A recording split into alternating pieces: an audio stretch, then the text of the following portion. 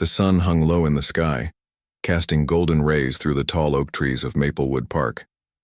It was late afternoon, and the park buzzed with its usual calm energy. Children laughed as they chased each other around the playground, while joggers moved steadily along winding paths. Among them sat Mr. Elijah Thompson, a 72-year-old retired teacher on his favorite bench near the pond. He had been coming to this spot every day for years, finding solace in feeding the ducks and watching the world go by. Elijah wore a faded blue sweater that matched his gentle demeanor. His hands were weathered from decades of hard work, but they still held a small bag of breadcrumbs tightly. With slow, deliberate movements, he tossed bits of bread into the water, smiling faintly as the ducks quacked and splashed around him. To anyone passing by, he seemed like just another harmless soul enjoying the peacefulness of nature. Unbeknownst to Elijah, someone else had entered the scene, a police officer named Officer Blake. Tall and broad-shouldered, Blake walked with an air of authority, his uniform crisp and polished. Today, however, something about his presence felt different. His jaw was clenched, and his eyes scanned the area with unnecessary intensity. As he approached the pond, his gaze landed on Elijah, narrowing slightly. Blake stopped a few feet away from the elderly man, staring at him without saying a word.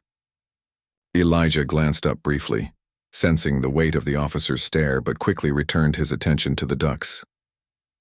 "Beautiful creatures," Elijah murmured softly, more to himself than anyone else. But Blake didn't respond. Instead, he crossed his arms and cleared his throat loudly, making Elijah flinch. "Sir," Blake began, his voice sharp and demanding. "What are you doing here?" Elijah blinked, confused. "I'm sitting," he replied cautiously, unsure why such a simple act required explanation. "Feeding the ducks." "This is public property," Blake said sternly, though it wasn't clear what point he was trying to make. "You can't just sit here all day." Elijah straightened slightly, gripping the edge of the bench.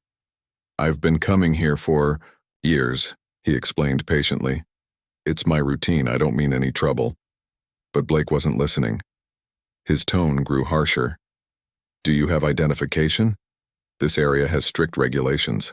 His words carried an undertone of accusation, as if Elijah were guilty of something simply by existing there. A ripple of unease spread through Elijah's chest. He reached into his pocket slowly, pulling out his wallet. "Here," he said, handing over his ID. "Everything's in order." Blake snatched the card, examining it closely. His lips pressed into a thin line as he read the name and address. For a moment, silence hung between them, broken only by the distant chirping of birds. Then Blake spoke again, his voice dripping with condescension. "You know, we've had complaints about loitering lately. People like you shouldn't take these spaces for granted." Elijah's heart sank. "People like me?" he thought, feeling a mix of anger and sadness rising inside him. What did that even mean? Before he could respond, a young woman walking her dog paused nearby, glancing curiously at the exchange. Her presence went unnoticed by Blake, who remained focused solely on Elijah. As the tension mounted, neither man realized that someone else had quietly appeared behind them, a figure observing silently, their expression unreadable. Whoever it was stood partially hidden by the shadow of a tree, watching intently as the situation unfolded. And though no one paid them any mind, their quiet vigil marked the beginning of something much bigger than either Elijah or Blake could have anticipated. The confrontation between Elijah and Officer Blake continued. The young woman walking her dog lingered nearby, her curiosity piqued. She was in her late 20s with a warm smile that usually lit up her face but now carried traces of concern. Her name was Maya, a local artist who often came to the park for inspiration. Today, however, she found herself drawn into something far more unsettling than anything she'd ever painted. Maya watched as Blake towered over Elijah, his tone growing increasingly aggressive. "You need to move along," he insisted, ignoring the elderly man's calm explanations. "This isn't your personal space." Elijah sighed deeply, his shoulders slumping under the weight of frustration and exhaustion. "Officer," he said gently, I'm not causing any harm. I've been coming here for years. Ask anyone around here, they know me. Blake scoffed, clearly uninterested in hearing reason. Rules apply to everyone equally, he snapped, though his body language suggested otherwise. His rigid stance and dismissive glare conveyed a deeper message, one that made Maya's stomach churn. From her vantage point, Maya noticed the figure standing silently behind them. It was a teenage boy no older than 16, wearing a hoodie and holding a smartphone at chest level. His expression was unreadable, but his hands trembled slightly as he recorded the interaction. Maya recognized him instantly. He was Jamal, a quiet kid who lived down the street from her. She'd seen him sketching in the park before, always keeping to himself. Now he seemed frozen in place, his eyes wide with disbelief. Jamal had arrived moments earlier, intending to sit by the pond and work on his drawings. But when he saw what was happening, he instinctively pulled out his phone. Something about the scene felt wrong, and he knew it needed to be documented. Yet, despite his resolve, fear gnawed at him. What if Blake noticed? What would happen then? Meanwhile, Maya couldn't stay silent any longer. Stepping forward cautiously, she cleared her throat. "Excuse me, officer," she said, her voice steady but soft. "Is there a problem here?" Blake turned sharply, his piercing gaze locking onto her. "Ma'am, this is none of your business," he replied curtly. "Please keep moving." But Maya didn't budge. "It seems like you're being pretty hard on him," she countered, gesturing toward Elijah. "He's just feeding the ducks. That doesn't break any rules, does it?" For a brief moment, Blake hesitated. His jaw tightened as he processed her words. But before he could respond, another voice joined the conversation. A child's voice. A little girl no older than 8 had wandered over from the playground, clutching a stuffed bunny tightly in her arms. Her golden curls bounced as she tugged on Maya's sleeve. "Why are you yelling at Mr. Thompson?" she asked innocently, looking up at Blake with wide, questioning eyes. "He gives me cookies sometimes. He's nice." The simplicity of her statement struck a chord. Even Elijah managed a faint smile, though his eyes remained heavy with sadness. For the first time since the encounter began, Blake appeared unsure of himself. He glanced around, suddenly aware of the growing audience. Maya, Jamal, the little girl, and perhaps others watching from afar, all bore witness to his actions. Feeling cornered, Blake shifted uncomfortably. "Look," he muttered, handing Elijah's ID back grudgingly. "Just don't make a habit of staying here too long, all right? Next time I won't be so lenient." With that, he turned on his heel and strode away, leaving behind a trail of tension. The park seemed quieter now, as if holding its breath after the storm had passed. Elijah exhaled deeply, leaning back against the bench. "Thank you," he said softly, addressing both Maya and the little girl. "I didn't want any trouble today." Maya offered him a reassuring smile. "No one deserves to be treated that way," she replied firmly. Then, glancing toward Jamal, she added, "And thank you too, for standing up, even if it was just by recording." Jamal lowered, his phone slowly, his cheeks flushing. I wasn't sure what else to do," he admitted quietly. "But people should see this, everyone needs to know." Though the immediate danger had passed, the ripple effects of the encounter were only beginning. Each person present carried their own thoughts and emotions, bound together by what they'd witnessed. And somewhere in the shadows of the park, the mysterious figure who had observed everything silently slipped away, their intentions still unknown, but their presence lingering like an unanswered question. The park slowly returned to its usual rhythm after Officer Blake's departure. Ducks paddled lazily in the pond, children resumed their laughter, and joggers continued along the paths as if nothing had happened. But for those who witnessed the tense exchange, the air still felt heavy with unspoken emotions. Maya lingered near Elijah's bench, her dog tugging gently at its leash while Jamal hesitated a few steps away, clutching his phone tightly. Elijah stared at the ground, his fingers absently tracing the edge of the bench. Though he tried to appear composed, the weight of what had just occurred was evident in the lines etched across his face. I don't understand, he murmured, almost to himself. Why does this keep happening? Maya knelt beside him, placing a comforting hand on his shoulder. It shouldn't happen at all, she said softly. What he did, it wasn't right.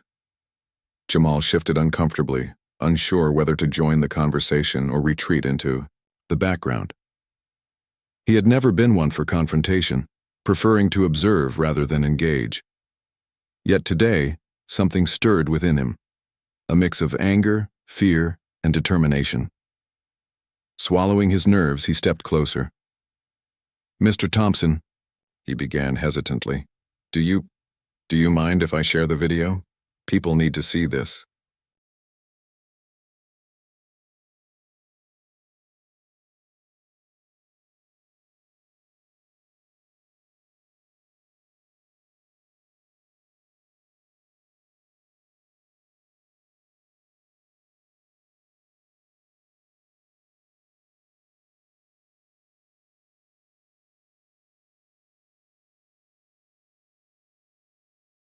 Elijah looked up, startled. A video? He asked, his voice tinged with unease. You recorded it? Jamal nodded quickly. Yeah, I thought maybe it could help. If people know what really happened. For a moment, Elijah didn't respond. His gaze drifted toward the pond, where sunlight danced on the water's surface.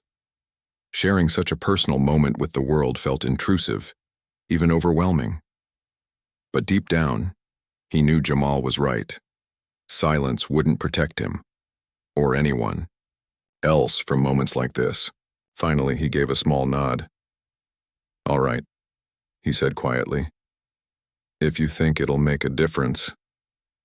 Relief washed over Jamal's face, though his hands still trembled slightly. I'll be careful, he promised. People will hear your side. As they spoke, Maya noticed the little girl from earlier standing nearby, clutching her stuffed bunny. Her wide eyes darted between them, filled with confusion and curiosity. Kneeling down to her level, Maya smiled warmly. Hey there, sweetie, she said. Are you okay? The girl nodded, but her brow furrowed. Why was that man mean to Mr. Thompson? She asked innocently. He's nice. He gives me cookies. Maya sighed, brushing a strand of hair behind her ear. Some people don't treat others fairly, she explained gently. But we can try to change that by speaking up. The child seemed to consider this for a moment before offering Elijah a shy smile. Don't worry, Mr. Thompson, she said firmly. I'll tell my mom about you. She'll believe me. Her words brought an unexpected lump to Elijah's throat. Despite everything, there was comfort in knowing that kindness existed, even in the smallest voices. The group eventually dispersed, each person carrying their own thoughts and plans. Maya walked home with her dog, replaying the scene in her mind. She decided to write about it on social media later, hoping to amplify Elijah's story. Jamal hurried back to his house, eager to edit the footage and upload it responsibly. And Elijah stayed behind, feeding the ducks once more, though his heart felt heavier than before. Unbeknownst to them all, the mysterious figure who had watched silently earlier reappeared briefly. This time they approached the pond, leaving behind a folded piece of paper on the bench next to Elijah. Written in neat handwriting were 3 simple words. We see you. When Elijah noticed the note moments later, his breath caught. Who had left it? And why? As he turned it over in his hands, a flicker of hope sparked within him. Not because of the message itself, but because it reminded him that he wasn't alone. Someone out there cared enough to acknowledge his pain. Little did they realize, however, that the events of that afternoon would soon ripple far beyond the confines of Maplewood Park, sparking conversations, challenging perceptions, and forcing everyone involved to confront uncomfortable truths about justice, humanity, and accountability. By the next morning, the quiet ripple of Elijah's encounter with Officer Blake had transformed into a wave that swept through the community. Jamal had uploaded the video to social media late the previous night, adding a brief caption. This is what happened in Maplewood Park today. No one should be treated this way. Within hours, The clip gained traction, shared thousands of times by people who were outraged, heartbroken, or simply compelled to bear witness. Maya woke up to notifications flooding her phone. Her own post, a heartfelt reflection on the incident, had been reshared widely, amplifying Elijah's story even further. She scrolled through the comments, feeling a mix of hope and anxiety. Some praised her courage for speaking out, others criticized her for interfering. But one message stood out among the rest. "Thank you for standing with him. We're organizing a meeting tonight at the community center. Will you come?" She hesitated before responding. While she believed in fighting for justice, stepping into the spotlight made her uneasy. Still, she couldn't ignore the growing sense of responsibility tugging at her conscience. "I'll be there," she typed finally. Meanwhile, Jamal sat hunched over his laptop, watching the numbers climb. His hands hovered above the keyboard as he read comment after comment. Many expressed anger toward Officer Blake, while others questioned whether the video told the full story. A few accused Jamal himself of exaggerating the situation. Tears pricked his eyes as he closed the laptop, overwhelmed by the weight of public opinion. Was he doing the right thing? Or had he inadvertently stirred up more trouble than he could handle? Across town, Elijah remained unaware of the storm brewing online. He spent the morning tending to his small garden, finding solace in the familiar rhythm of pulling weeds and watering plants. It wasn't until his neighbor, Mrs. Patel, knocked on his door that he learned about the video. "Elijah," she exclaimed, clutching her phone. "Have you seen this? Everyone's talking about you." Her excitement was palpable, but Elijah felt only dread. Taking the phone reluctantly, he watched the footage of himself being confronted by Blake. Each word, each tense moment replayed vividly, stirring emotions he'd tried so hard to bury. "Why would they share this?" he asked quietly, handing the phone back. "I didn't ask for any of this." Mrs. Patel placed a comforting hand on his arm. "Sometimes we don't get to choose," she said gently. "But maybe this can bring change. People are listening now." Later that evening, Maya arrived at the community center, surprised by the turnout. Dozens of residents filled the room, their faces illuminated by flickering fluorescent lights. Jamal sat near the front, fidgeting nervously, while Elijah entered hesitantly, accompanied by Mrs. Patel. The sight of him drew murmurs of support from the crowd, though he kept his gaze fixed firmly on the floor. A middle-aged man named Marcus took the stage, introducing himself as a local activist. "We're here because something unacceptable happened in our park," he began, his voice steady but passionate. "And we won't let it go unnoticed. Tonight we'll discuss how to hold Officer Blake accountable and how to ensure no one else suffers like Elijah did." As the discussion unfolded, ideas poured forth: petitions, protests, meetings with city officials. Yet amidst the fervor, Elijah remained silent, his expression unreadable. When someone finally asked for his thoughts, he rose slowly, gripping the edges of his cane. "I never wanted attention," he admitted, his voice trembling slightly. "All I wanted was peace. But if sharing my story helps protect others, then I'll do it for them." His words resonated deeply, uniting the group in purpose. As the meeting concluded, Maya approached him, offering a reassuring smile.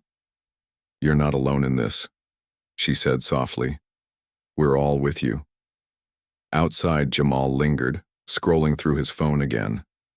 Among the flood of messages, one caught his eye, a private message from an unknown sender. It read, "Stay strong, kid. Your courage matters."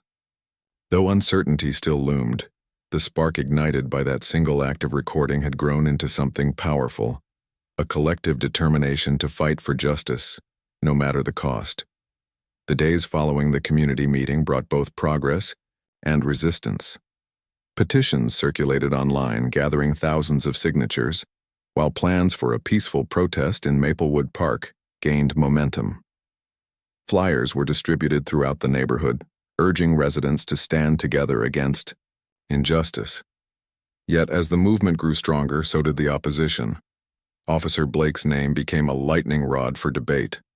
Supporters of law enforcement rallied behind him, dismissing the video as misleading and accusing Elijah and his allies of exaggerating the incident. "He was just doing his job," one commenter wrote on social media. Others echoed similar sentiments, claiming that accountability didn't mean vilification. Meanwhile, local news outlets picked up the story, framing it as a divisive issue rather than a call for change. For Elijah, the backlash was overwhelming.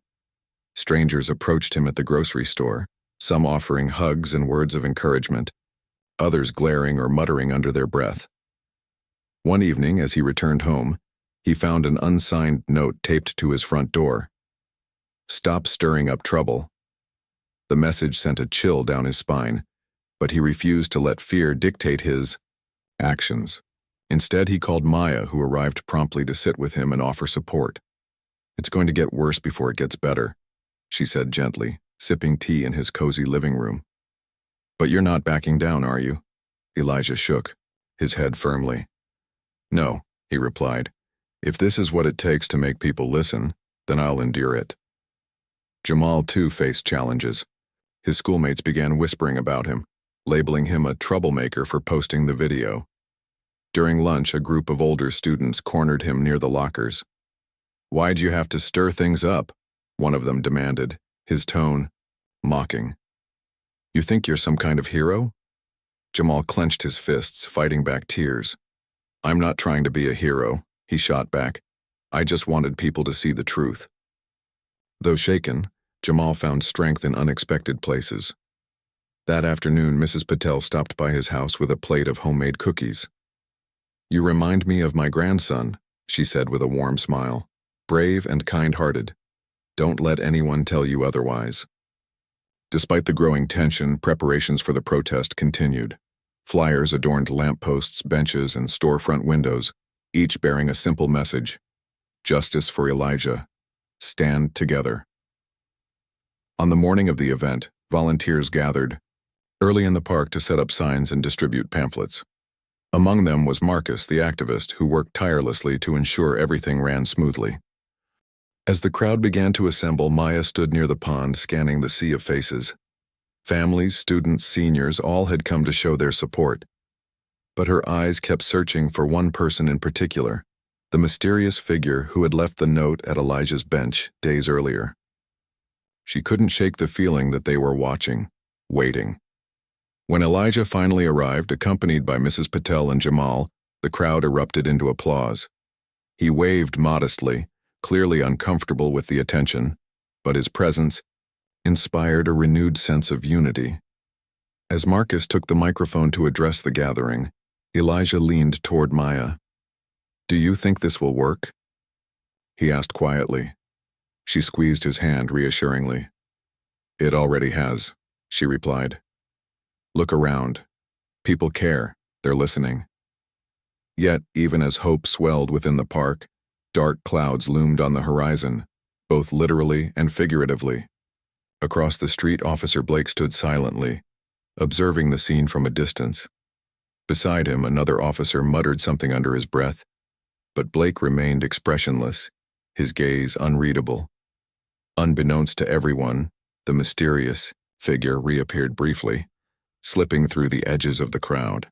This time they left behind a small envelope addressed to no one in particular. Inside was a single sentence: "The truth always finds its way." As the protest carried on, the weight of those words lingered in the air, a reminder that the fight for justice was far from over. The protest in Maplewood Park unfolded with a quiet power that no one could have anticipated. Hundreds of people gathered, their voices blending into chants of unity and justice. Signs bearing messages like "Accountability matters" and "Respect for all" swayed gently in the breeze. Children held hands with their parents, while teenagers carried banners they had painted themselves. It was a mosaic of humanity, each piece contributing to a larger picture of hope. Elijah stood at the heart of it all, his presence both humble and commanding. Though he hadn't planned to speak, Maya encouraged him to share a few words. "They're here because of you," she whispered. "Let them hear your voice." With a deep breath, Elijah stepped forward, gripping the microphone tightly. His voice wavered at first, But as he spoke, it grew steadier. "I didn't ask for this," he began, looking out at the sea of faces. "All I wanted was peace. A place to sit and watch the ducks. But when someone tries to take even that away from you, it makes you realize how much we still have to fight for."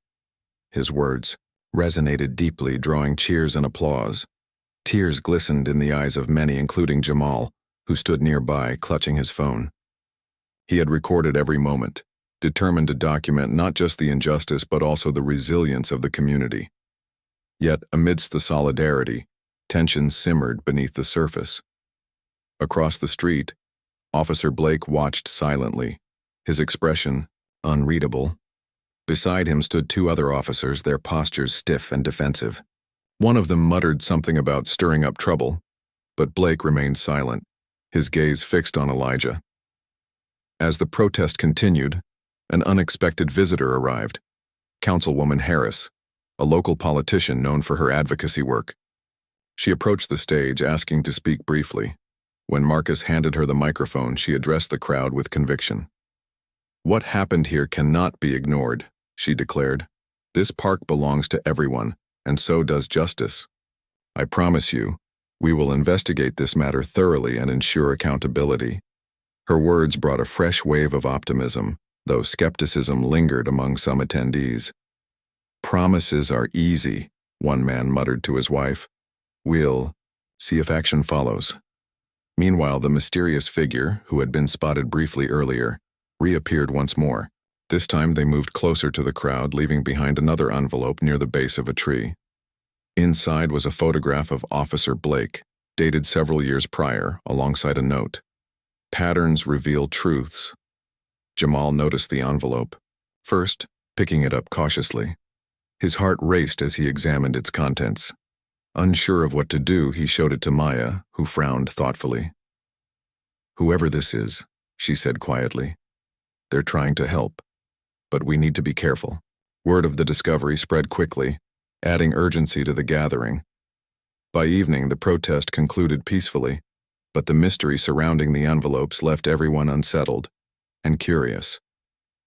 That night, Elijah sat alone in his living room, staring at the growing pile of letters and notes he'd received from supporters. Among them was the latest envelope, which Maya had delivered earlier. As he studied the photograph and message, a flicker of recognition crossed his face. Blake wasn't always like this, he murmured to himself. Something changed him. The revelation weighed heavily on Elijah's mind, but it also ignited a spark of clarity. If patterns truly revealed truths, then uncovering Blake's past might hold the key to understanding and addressing the root of the problem. As dawn broke, over Maplewood Park the next morning, the community braced itself for what lay ahead. The protest had united them, but the road to justice would require courage, persistence, and perhaps even forgiveness. For now, they clung to the belief that change was possible, and that together, they could make it happen. In the weeks that followed, the community of Maplewood Park transformed into a hub of action and reflection. The photograph left by the mysterious figure served as a catalyst, prompting Councilwoman Harris to launch a formal investigation into Officer Blake's conduct, not just in the park incident but throughout his career. What they uncovered was troubling yet unsurprising. A pattern of complaints alleging bias and excessive force, many of which had been dismissed or overlooked. Elijah found himself at the center of this whirlwind, attending meetings with city officials and speaking candidly about his experience. Though the process was exhausting, he drew strength from the unwavering support of those around him, Maya, Jamal, Mrs. Patel, and countless others who had joined the cause. "It's not just about me anymore," Elijah told them during one particularly grueling session.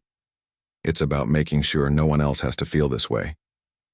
As the investigation unfolded, Officer Blake faced mounting pressure.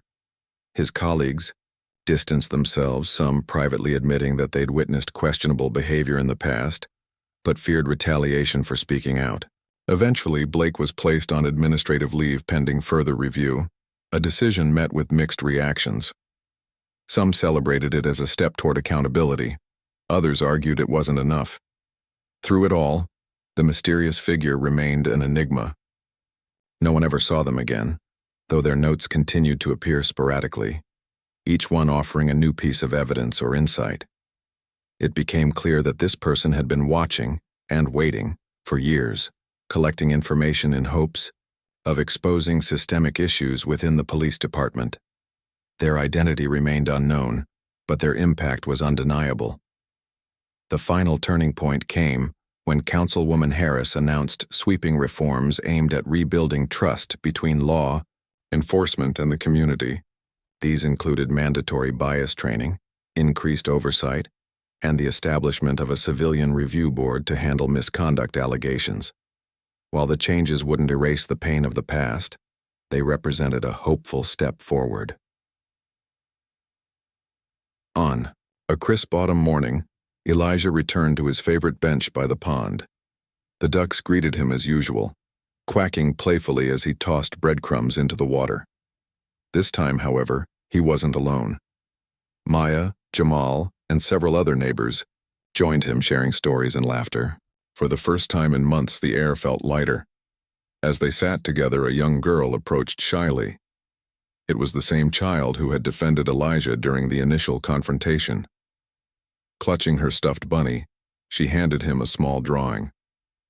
In it, she had depicted the park filled with smiling faces, including Elijah's. At the bottom, she had written, "Thank you for being brave."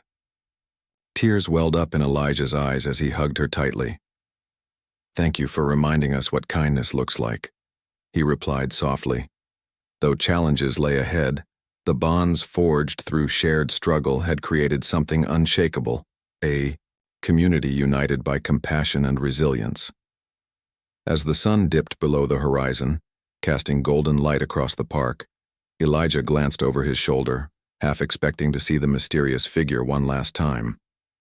But there was only the gentle rustling of leaves and the sound of children playing in the distance. And perhaps that was enough. This conclusion ties together the story's emotional threads while leaving room for hope and growth, ensuring readers are left with a sense of closure and inspiration. Let me know if you'd like any adjustments.